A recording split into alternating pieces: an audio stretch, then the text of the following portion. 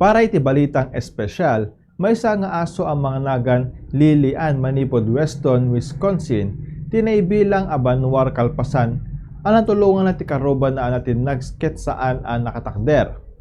Sigun iti akin kokwa adda Robert ken Karen Fander, bayat iti panagbuhay dati TV, ket saan ang makaignan ni Lilian isuan kinitada daytoy. Inturong ti aso digiti amo na iti karubada nga ison iti nakakitaan ang nakadasay ken agkitkid daw iti tulong. Awan ti sabali ang nakangeg iti pukkaw na ngem gapo iti kapigsay ti panagdingeg ni Lilian ket naamuan ti sitwasyon. Timawag digiti agasawa ti ambulansya ket naipan ti ospital ti karuba ana donor.